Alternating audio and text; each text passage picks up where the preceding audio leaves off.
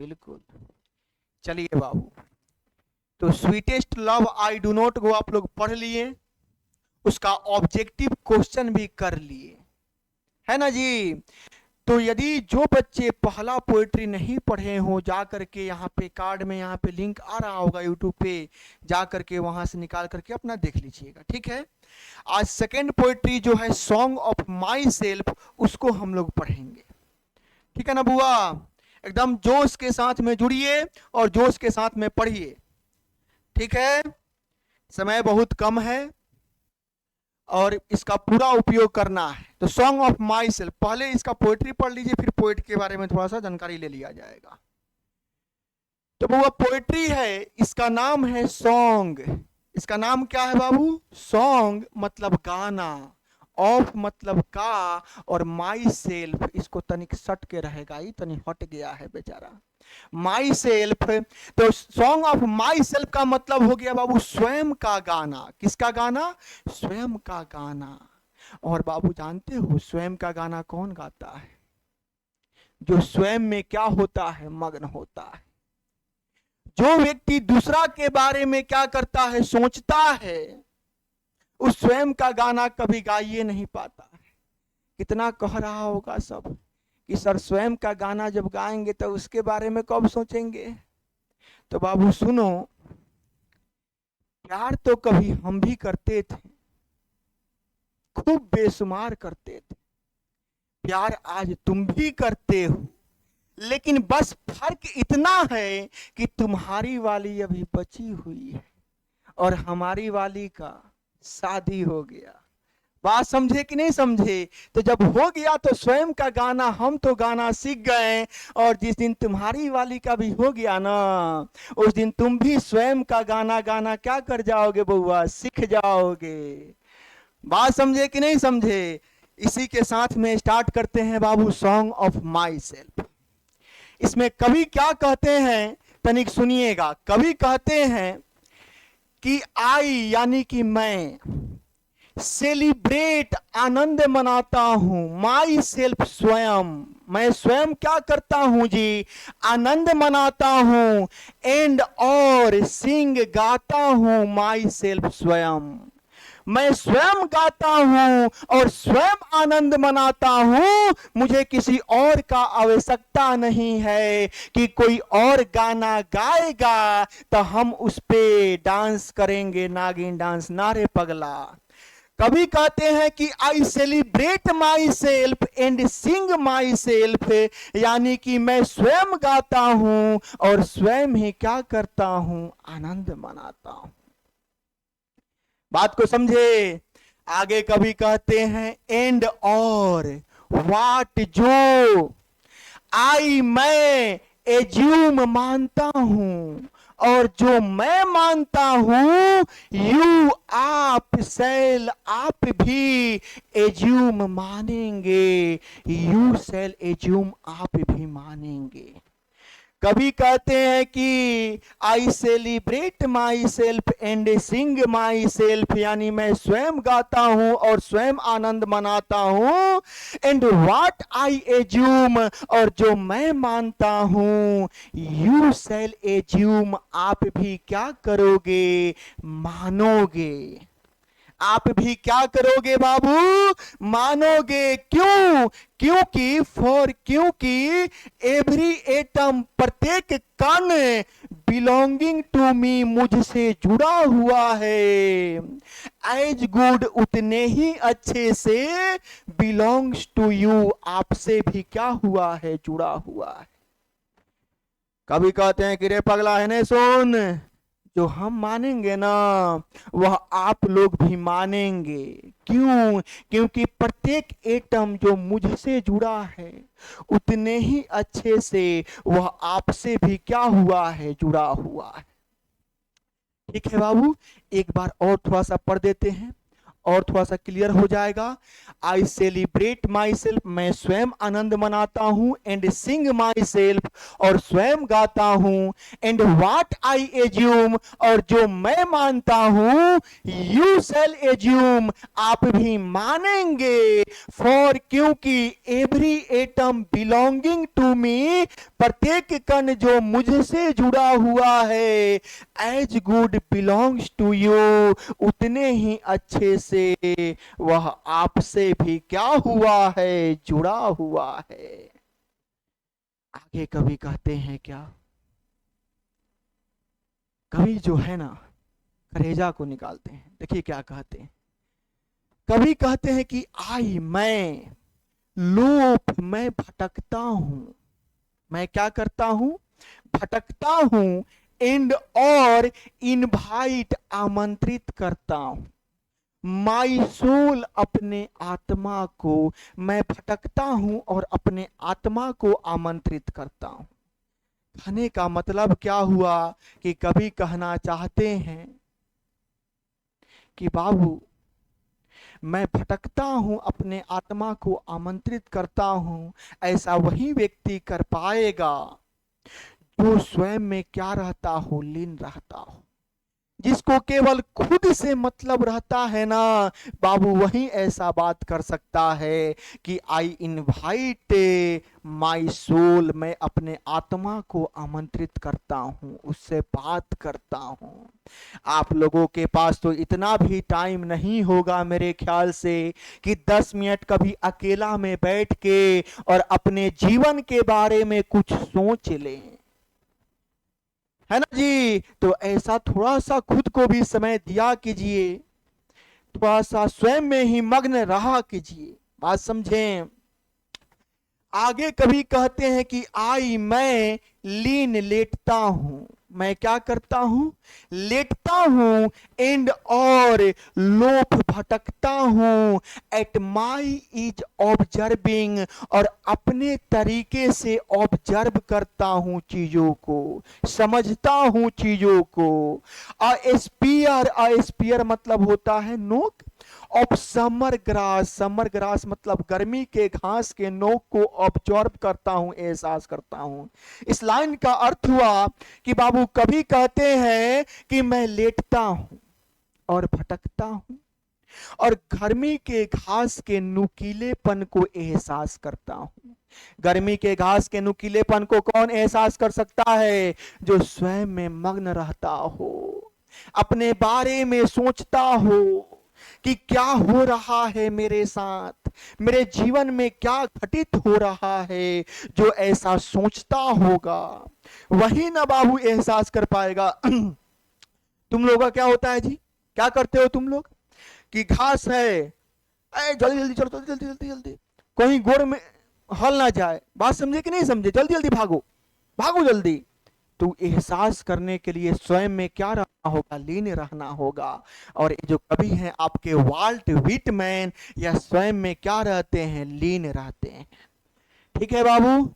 आगे कवि कहते हैं माई टंग, मेरा जीभ, every atom of my blood, मेरे शरीर का प्रत्येक कण, every atom of my blood, मेरे शरीर का प्रत्येक कण, फॉर्म्ड फ्रॉम दिस सॉइल, इस मिट्टी से बना है। दिस एयर, यहां पे एयर होगा बाबू, दिस एयर, इस हवा से बना है। कभी कहते हैं कि मेरा जीव, मेरे खून का प्रत्येक कण इस मिट्टी से बना हुआ है, इस हवा से बना हुआ है। बात को समझे। ऐसा सोचते हो कभी, नहीं सोचते होगे, सोचो। आगे कभी कहते हैं बॉर्न हेयर, मैंने यहाँ पे जन्म लिया है, ऑफ पेरेंट्स, अपने पेरेंट्स से, अपने माता पिता से।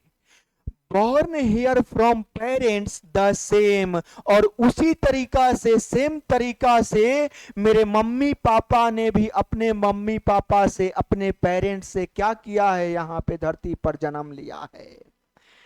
एंड दियर पेरेंट्स, और उनके माता पिता भी द सेम, उसी तरीका से अपने पेरेंट्स से, अपने माता पिता से इस धरती पर क्या लिए हैं, जन्म लिए हैं।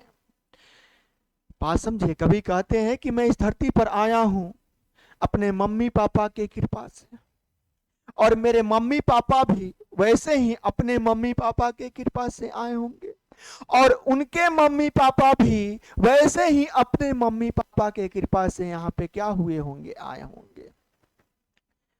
आगे कभी कहते हैं मैं नाउ अब 37 ईयर्स ओल्ड, 37 साल का हो गया हूँ, इन परफेक्ट हेल्थ बिगिन, और अभी भी जो मेरा हेल्थ है, स्वास्थ्य है, वह एकदम क्या है, परफेक्ट है, स्वस्थ है। मैं अभी भी क्या हूं बाबू, स्वस्थ हूं, बिल्कुल मस्त हूं और तंदुरुस्त हूं। आगे कभी कहते हैं कि होपिंग, और आशा करता हूं, टू सीज नॉट, कि नहीं रुकूंगा, टिल डेथ, मृत्यु तक, और आशा करता हूं कि मृत्यु तक कभी रुकूंगा नहीं, ऐसे ही चलता रहूंगा, जीवन से लड़ता रहूंगा, और बाबू आगे बढ़ता रहूंगा। बात समझें। आगे कभी कहते हैं कि क्रीड्स से, ये जो क्रीड्स होते हैं, नस्लीय भेदभाव होते हैं, एंड स्कूल्स, और फालतू की जो विचारें होती हैं, बिना बात का विचार करना कि फलानवा का कर रहा है, फलानवा की हौ का कर रही है, चिलानवा का हौ का कर रहा है, ये फालतू बातों पर ना, इन अभियान से ये सारी चीजें तुच्छ चीजें हैं। इन नस्ल वाला बात, गोरा काला, काले हैं तो क्या हुआ दिल वाले, है ना जी। और बिना बात का विचार जो होता है, सारी चीजें तुच्छ वाली बातें हैं। कभी कहते हैं कि रिटायरिंग बैक, जब भी मैं अपने पीछे देखता हूँ, अवाइल, थोड़ा सा, सफिस्ट, पर्याप्त होता है, एट वाट दे आर, वह जो भी होता है, यानी जब भी मैं अपने पीछे मुड़ करके देखता हूँ कि मैंने अपने जीवन में क्या किया, तो उन सारे चीजों से मैं क्या हो जाता हूँ, संतुष्ट हो जाता हूँ कि मैंने आज तक जीवन में जो भी किया है एकदम बिल्कुल ही परफेक्ट किया है, बिल्कुल ही बढ़िया कार्य किया है, मैंने कोई आज तक गलत कार्य नहीं किया है। आप समझे। आगे कभी कहते हैं मैं हार्बर, हार्बर मतलब सहमत हूं, और गुड और बैड, यानी गुड मतलब अच्छा और बैड मतलब बुरा, यानी अच्छा और बुरा दोनों के लिए मैं सहमत हूं। मेरे जीवन में अच्छा कुछ घटित हो या कुछ बुरा घटित हो, मैं दोनों के लिए ही क्या हूं, सहमत हूं। मुझे यह अभिलाषा नहीं है कि हे भगवान तुम मुझे जब देना मेरे जीवन में अच्छा ही देना, ऐसा कोई बात नहीं है। मेरे जीवन में अच्छा हो या बुरा हो, मैं दोनों के साथ में ही क्या रहता हूं, दोनों से ही सहमत रहता हूं। आई परमिट, मैं अनुमति देता हूं, टू स्पीक, बोलने का, एट एवरी हैजार्ड, प्रत्येक परिस्थिति में, प्रत्येक सिचुएशन में मैं अपने आप को बोलने का परमिशन देता हूं। समझे बात को। हर एक परिस्थिति में कहीं कुछ हो रहा हो गलत, आप लोग क्या है, गलत हो रहा है, हमको क्या मतलब है उससे, जो हो रहा है होने दीजिए, है कि नहीं है। लेकिन नहीं, कभी कहते हैं चाहे सिचुएशन कोई भी हो, उसमें मैं अपने आप को बोलने का क्या देता हूं, अनुमति देता हूं। मैं उसमें अपने आप को बोलने का बाबू अनुमति देता हूं। बात समझें। अंत में कभी एक लाइन कहते हैं, बड़ी शानदार लाइन कहते हैं। कभी कहते क्या है कि ये जो नेचर है, यह जो प्रकृति है, नेचर जो है, यह जो प्रकृति है, विदाउट चेक, बिना जांच पड़ताल किए, इसको चेक करने का आवश्यकता नहीं है। नेचर विदाउट चेक, नेचर बिना जांच पड़ताल किए, विथ ओरिजिनल एनर्जी, वास्तविक ऊर्जा के साथ में भरा हुआ है। हमको नेचर का जांच पड़ताल करने का कोई आवश्यकता नहीं है। नेचर बाबू वास्तविक ओरिजिनल एनर्जी के साथ में भरा हुआ है। बात को समझें। अगर किसी से मोहब्बत करना है तो इस नेचर से करो जो भगवान आपको दिए, है ना। इसको जानो, इसको समझो। यह आपका कविता था बुआ, सॉन्ग ऑफ माई सेल्फ, यानी स्वयं का गाना। अब तनिक चलते हैं, वाल्ट विटमैन के बारे में थोड़ा सा जान लेते हैं। जो सॉन्ग ऑफ माई सेल्फ के राइटर हैं, इनका नाम है वाल्ट विटमैन। कैसे याद रखेंगे? याद करने का ट्रिक है बाबू, सॉन्ग मतलब गाना, ऑफ मतलब का, और माई सेल्फ मतलब स्वयं, स्वयं का गाना। और स्वयं का गाना यदि कोई व्यक्ति गाएगा ना, तो स्वयं के बारे में केवल वाइट वाइट बात बताएगा, ब्लैक बात नहीं बताएगा। तो बस वाइट से याद रखिएगा वाइट मैन। वाइट से क्या याद रखिएगा? White man. विट मैन इसको पढ़ा जाएगा, लेकिन वाइट मैन याद रखिएगा कि स्वयं का गाना कैसा होता है? वाइट होता है, ब्लैक नहीं होता है। कोई यदि अपने बारे में कहेगा तो वाइट वाइट बात कहेगा, स्वयं का गाना गाएगा तो अपने बारे में बढ़िया बढ़िया चीज बताएगा। तो सॉन्ग ऑफ माई सेल्फ के राइटर का नाम क्या हो जाएगा बुआ? White man. याद रखिएगा वाल्ट वाइट मैन, वाल्ट विट मैन मार के आप अपने आप चलाइएगा, कोई आपको समस्या नहीं होगा। इनके बारे में तनिक जान लेते हैं। इनका जन्म हुआ था बुआ 1819 में, और इनका देहांत हो गया 1892 में, 1892 में। द पीपल्स पोएट, इस लाइन को याद रखिएगा कि इनको पीपल्स पोएट के नाम से जाना जाता है। पीपल्स पोएट का हिंदी होता है लोगों का कवि। इनको लोगों के कवि के नाम से जाना जाता है। Is perhaps the most individualistic literary figure that America has ever produced. एक ऐसे साहित्यिक चरित्र हैं जैसा शायद ही कभी अमेरिका ने प्रोड्यूस्ड किया था, निर्मित किया था। वैसे व्यक्तित्व के व्यक्ति थे वाल्ट विटमैन। अमेरिका के थे बाबू, याद रखिएगा। वाल्ट विटमैन कहाँ के थे? तो अमेरिका के थे। आगे लिखा हुआ है ही बिगेन, उन्होंने प्रारंभ किया, वर्किंग, कार्य करना, एज अ कारपेंटर, एक कारपेंटर के रूप में, एक बढ़ई के रूप में उन्होंने कार्य करना क्या किया? प्रारंभ किया। ठीक है।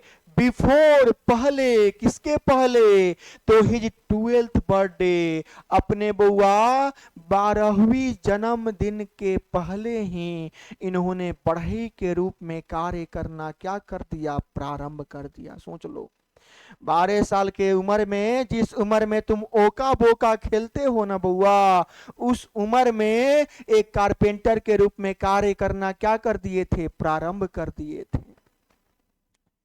He also worked, इन्होंने और भी कार्य किए, जैसे कि एज अ प्रिंटर, एक प्रिंटर के रूप में, एक टीचर के रूप में, एक एडिटर के रूप में, और बुआ was volunteer nurse during the civil war. जब सिविल वार चल रहा था अमेरिका में, तो उस वक्त इन्होंने एक बुआ नर्स के रूप में भी, देख रेख करने वाले के रूप में भी इन्होंने क्या किया था? कार्य किया था। विटमैन्स पोएट्री, विटमैन की कविताएं जो हैं, all of which is collected in leaves of grass, जितनी भी विटमैन की कविताएं हैं सबको एक जगह संग्रहित किया गया है किताब में, जिस किताब का नाम है बुआ लीव्स ऑफ ग्रास। याद रखिएगा कि वाल्ट विटमैन की सारी कविताएं जो हैं किस किताब में संग्रहित हैं? तो लीव्स ऑफ ग्रास नामक किताब में इनकी सारी कविताएं संग्रहित हैं। इज नोन फॉर, जाने जाते हैं, it's free rhymes and lack of rhyme, बउआ ये अपने मुक्त लय और तालमेल के लिए जाने जाते हैं। यानी इनके कविताओं में तालमेल नहीं होता है, सरपट कविताएं होती हैं, जैसे कि जो मन में आया उसको लिख देते हैं, है ना। तालमेल बना के कविता को नहीं लिखते हैं। तालमेल का मतलब कि नहीं होता है कि गाना में ऐसा कुछ गाना बनाया जाता है कि उसका अंतिम अक्षर वह सबका सेम में आता है, सब लाइन का, है ना, उसको तालमेल कहते हैं।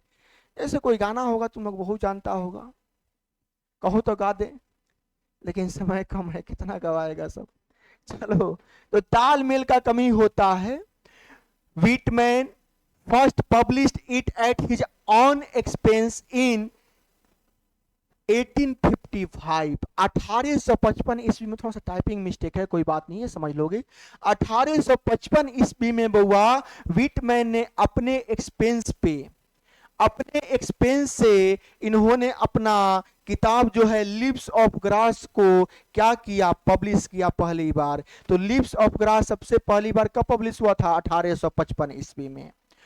हावेवर, हालांकि the free from the free form of the poems and the joyful dedications to the importance of the individual were not well received at first। कह रहा है क्या, हालांकि इनके कविताओं का जो मुक्त रूप है, जो आनंदित समर्पण है, उसको प्रारंभ में नहीं स्वीकार किया गया है ना। शुरू में लोग उसको समझ ही नहीं पाए, स्वीकार नहीं कर पाए कि इनकी कविताएं भी इतनी मस्त होती होंगी। बात समझें, आगे लिखा हुआ है, इनफैक्ट हालांकि his collection of poems cost Whitman his jobs. और बाबू, अपने कविता के संग्रह के लिए व्हिटमैन को अपना जॉब भी खोना पड़ा था उसके वजह से काहे कि as it was taken to be obscene, क्योंकि इनके कविताओं को ऑब्सीन जैसा देखा जा रहा था, यानी अश्लील कविता। लोग कह रहे थे कि वाल्ट व्हिटमैन है ना, ये ऑब्सीन कविता लिखता है, अश्लील कविता लिखता है, इसलिए इनके कविताओं को शुरुआत में किसी के द्वारा स्वीकारा नहीं गया। इन 1881 में आफ्टर मेनी एडिशंस, बहुत संपादन के बाद में, leaves of grass finally found a publisher. Leaves of grass को अंततः क्या मिला? एक प्रकाशक मिला। विलिंग टू प्रिंट इट, जो इसे छापने का इच्छा जताया, अनसेंसर्ड, बिना कोई रोक टोक के, है ना। उसको छापने का पहला बार 1881 में किसी ने इच्छा जताया। आगे लिखा हुआ है, ट्रांसलेशन ऑफ दिस कलेक्शन, इस संग्रह का अनुवाद, वर इंथ्यूसियास्टिकली, उत्साह पूर्वक, रिसीव्ड, अपनाया गया, इन यूरोप में। कहां पे बुआ? यूरोप में। जब लिव्स ऑफ ग्रास नामक कविता को ट्रांसलेट करके और वहां पे प्रकाशित किया गया ना, तो वहां के लोग इसको एकदम उत्साह पूर्वक क्या किए? अपना लिए, इस कविता को पढ़ें, समझें। रिमेन रिलेटिवली अनएप्रिसिएटेड इन अमेरिका, लेकिन फिर भी अमेरिका में ये क्या रहे? अप्रशंसनीय रहे। It was only after his death, केवल उनके मृत्यु के बाद में, that we could win appreciation in America, America में उनका क्या हुआ? प्रशंसा हुआ। For his original and innovative expression of American individualism. बहुआ अमेरिकन इंडिविजुअलिज्म, अमेरिकन व्यक्तित्व को वास्तविक और सही रूप में दिखाने के लिए उनके मर जाने के बाद लोग वहां की इनका क्या किए? प्रशंसा की। बात समझ रहे हो? वाल्ट व्हिटमैन का जन्म कहां पे हुआ था? अमेरिका में। जब वाल्ट व्हिटमैन अमेरिका में कविता को लिखा करते थे, वहां पे इनका कोई प्रशंसा नहीं करता था। जबकि वही कविता जब ट्रांसलेट करके यूरोप में चलाया गया, तो वहां पे उनका खूब प्रशंसा हुआ, वाल्ट व्हिटमैन का खूब प्रशंसा हुआ यूरोप में। केवल जब ये मर गए ना, उसके बाद अमेरिका के लोगों को समझ में आया कि कितना बढ़िया व्यक्ति थे, कितना बढ़िया से कविता लिखा करते थे। वैसे ही बुआ पेरेंट्स के साथ में भी होता है। जब तक माता पिता जीवित रहते हैं, अरे पगला, किसी को उनका वैल्यू समझ में नहीं आता है, लेकिन जब वहीं चले जाते हैं, इस दुनिया से गुजर जाते हैं, तब बच्चा सबको समझ में आता है कि ओ, मेरी जो मम्मी थी कितनी अच्छी थी, काश उनके जीते जी उनका कुछ इज्जत कर लेते। मेरे जो पापा थे कितना ख्याल रखा करते थे, बिना कुछ कहे, बिना मांगे हर एक चीज उपलब्ध करा दिया करते थे, है ना।